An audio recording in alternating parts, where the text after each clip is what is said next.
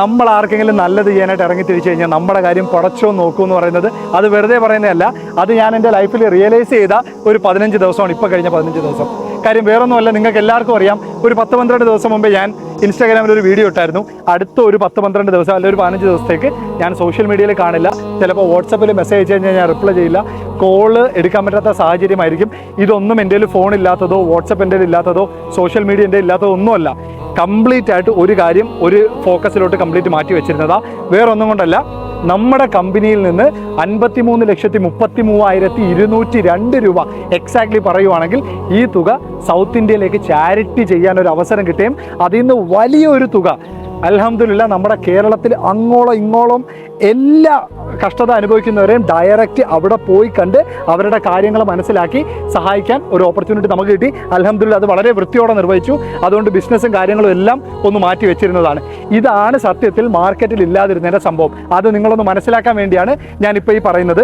അപ്പോൾ അത് എന്തൊക്കെയെന്ന് പറഞ്ഞു കഴിഞ്ഞാൽ നിങ്ങൾ ഇത്രയും കാര്യങ്ങൾ മനസ്സിൽ വിചാരിച്ചാൽ മതി.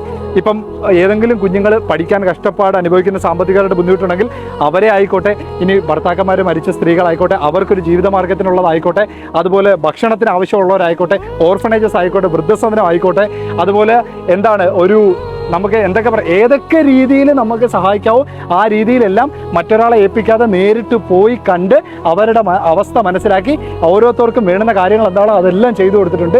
നമ്മളാൽ പറ്റുന്ന രീതിയിൽ എല്ലാം ചെയ്തു കൊടുത്തിട്ടുണ്ട്. പിന്നെ അതിനെക്കുറിച്ചുള്ള ഒരു വീഡിയോസും ഫോട്ടോസും ഒന്നും സോഷ്യൽ മീഡിയയിൽ ഇടാത്തതോ എവിടെ പറയാത്തതോ വേറൊന്നുമല്ല. നമുക്ക് എല്ലാവർക്കും അറിയാം, ഇന്നത്തെ ലോകം എന്ന് പറഞ്ഞാൽ ഏതെങ്കിലും ഒരു കാര്യം ചെയ്യും, അത് എന്നിട്ട് 50,000 സോഷ്യൽ മീഡിയ പ്ലാറ്റ്ഫോമിൽ എടുത്തിട്ട് പബ്ലിസിറ്റി നടത്തും. അതിന് നമുക്ക് താല്പര്യമില്ലാത്തതുകൊണ്ടാണ് അത്തരത്തിലുള്ള ഒരു കാര്യങ്ങൾ നമ്മൾ ചെയ്യാത്തത്.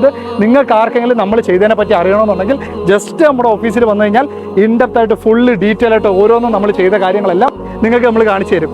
ഇനി ഞാൻ ആദ്യം പറഞ്ഞതിൻ്റെ ഉത്തരം, അതായത് എൻ്റെ ലൈഫിൽ ഞാൻ ഇപ്പം കഴിഞ്ഞ ഒരു 15 ദിവസം ഞാൻ എൻ്റെ കമ്പനിയിൽ വർക്ക് ചെയ്തിട്ടില്ല, ഒന്നും ചെയ്തിട്ടില്ല. പക്ഷേ സ്റ്റിൽ അൽഹംദുലില്ലാ നിങ്ങൾക്ക് ഞാൻ ഒരു കാര്യം കാണിച്ചു തരാം. ഇത് കണ്ടോ, ഈ കാണുന്നത് എംപ്ലോയി ഓഫ് ദ ക്വാർട്ടർ അവാർഡാണ്.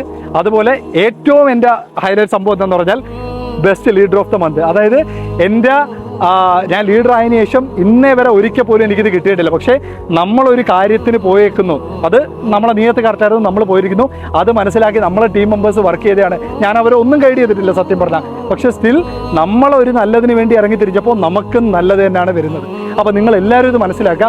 നിങ്ങൾ ആർക്കെങ്കിലും എന്തെങ്കിലും ചെയ്യാൻ ഉദ്ദേശിക്കുന്നുണ്ടെങ്കിൽ നിങ്ങളുടെ ജീവിതത്തിൽ അത് ഉയർച്ച ഉണ്ടാവത്തുള്ളൂ. ഒരു തടസ്സവും വിചാരിക്കേണ്ട. കുറച്ച് പേഴ്സണൽ കാര്യം മാറ്റി വെച്ചിട്ട് നിങ്ങൾ വേറെ ആർക്കെങ്കിലും വേണ്ടി നല്ലതിന് വേണ്ടി ഇറങ്ങി തിരിച്ചാൽ നിങ്ങൾക്ക് നല്ലത് സംഭവിച്ചിരിക്കും. അതുകൊണ്ട് മാക്സിമം നിങ്ങളാൽ പറ്റുന്ന സഹായങ്ങൾ ആരാന്ന് വെച്ചാൽ ചെയ്യുക.